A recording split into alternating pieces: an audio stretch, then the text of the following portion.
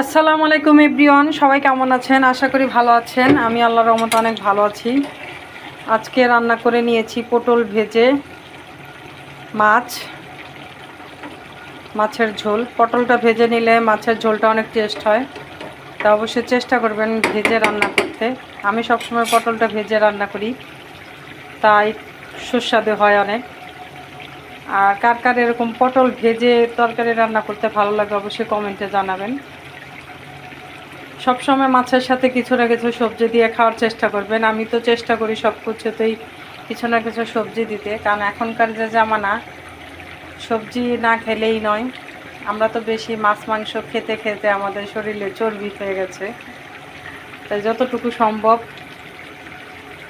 সবজি খেতে হবে। তাই আমিও চেষ্টা করি মোটামুটি একটু একটু সবজি খাওয়ার, কারণ আমরা সবজি খেতে পারি না। আর আমাদের ছেলে মেয়েও যদি এরকম হয় তাহলে তো ওদের লাইফটা শেষ।